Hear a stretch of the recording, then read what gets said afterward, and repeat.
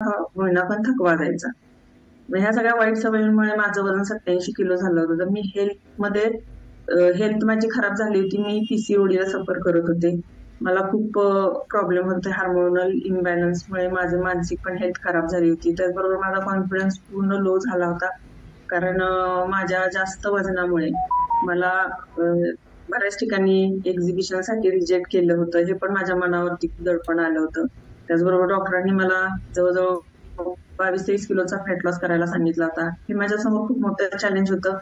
आणि मी युट्यूबवरचे चुकीचे काही रेमेडीज पाहून मी ते ट्राय पण करून बघितलं होतं. पण त्याचा काही उपयोग झाला नाही. मी फक्त मॉर्निंग वॉकला 3 महिने जाऊन बघितलं. पण त्यातून माझं फक्त 3च किलो वजन कमी झालं. पण माझ्यासमोर खूप मोठं चॅलेंज होतं. तर मला या सगळ्या गोष्टींचं अर्धवट नॉलेज होतं. की आपण काय खाल्लं पाहिजे, कोणत्या वेळी खाल्लं पाहिजे, किती प्रमाणात खाल्लं पाहिजे याविषयी काहीच माहिती नव्हती. ती या कम्युनिटीमध्ये आल्यानंतर समजली. या कम्युनिटीची ओळख माझ्या वेलनेस कोच रुपाली शेरकर मॅडममुळे झाली.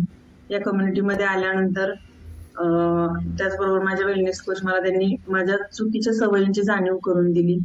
या कम्युनिटीमध्ये आल्यानंतर मला याही गोष्टी समजल्या की किती खाल्लं पाहिजे, किती प्रमाणात खाल्लं पाहिजे, कोणत्या क्वालिटीचं खाल्लं पाहिजे, कोणत्या वेळी खाल्लं पाहिजे.